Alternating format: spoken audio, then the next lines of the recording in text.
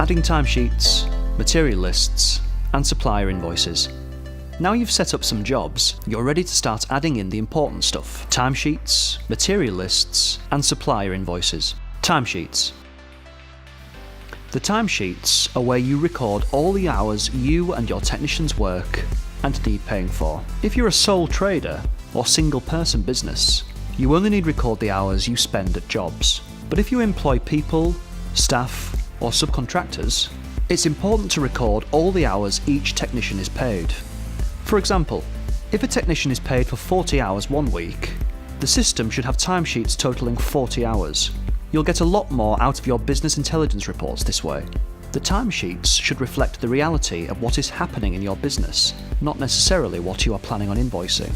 This way, you will get an accurate overview on how each technician is performing and what they are generating for your business. Adding timesheets. To add a timesheet, simply click on the timesheet button in the taskbar, then click Add New Timesheet. You can then fill out the date, hours, and job details. You can either pick a job to allocate the timesheet to, or select the downtime option. Downtime is for the recording of hours not directly tied to a job.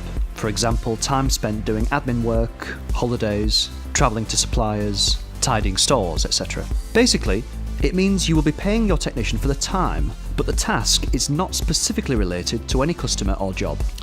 Click Save and Add Another to add another timesheet, or Save and Exit. You'll also notice that every record that you populate has a tick under the verified column.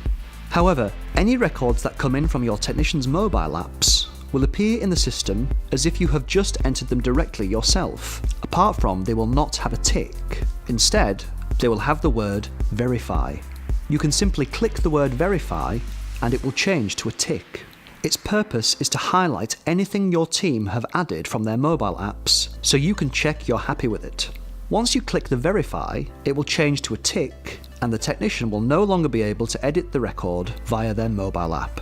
The Verify function works the same for timesheets, material lists, jobs, and supplier invoices.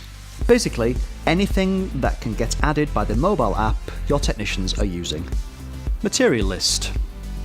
The Materials tab is where you can record a list of all the materials used on each job. Adding materials. Click on the Materials button in the taskbar and click Add New Material. You can then list the date and materials used and tie them to the right job. This is handy when you're using items directly from stock or the back of the van and you want to make sure you don't lose track of them. Supplier invoices. Supplier invoices lets you store each invoice from your various suppliers and tie them to the right jobs if you choose to. Adding supplier invoices. Click on the Supplier Invoices button in the taskbar, then click Add New Invoice. You can then fill out the date of the invoice, the value of the invoice, including VAT, choose the supplier, and tie it to the correct job where applicable. This is the only part of the system that you put figures in inclusive of VAT. Once you're finished, click Save and Add Another to add another invoice, or Save and Exit. Managing invoices. The main Supplier Invoices page provides an overview of all your invoices. From here, you can mark invoices as paid.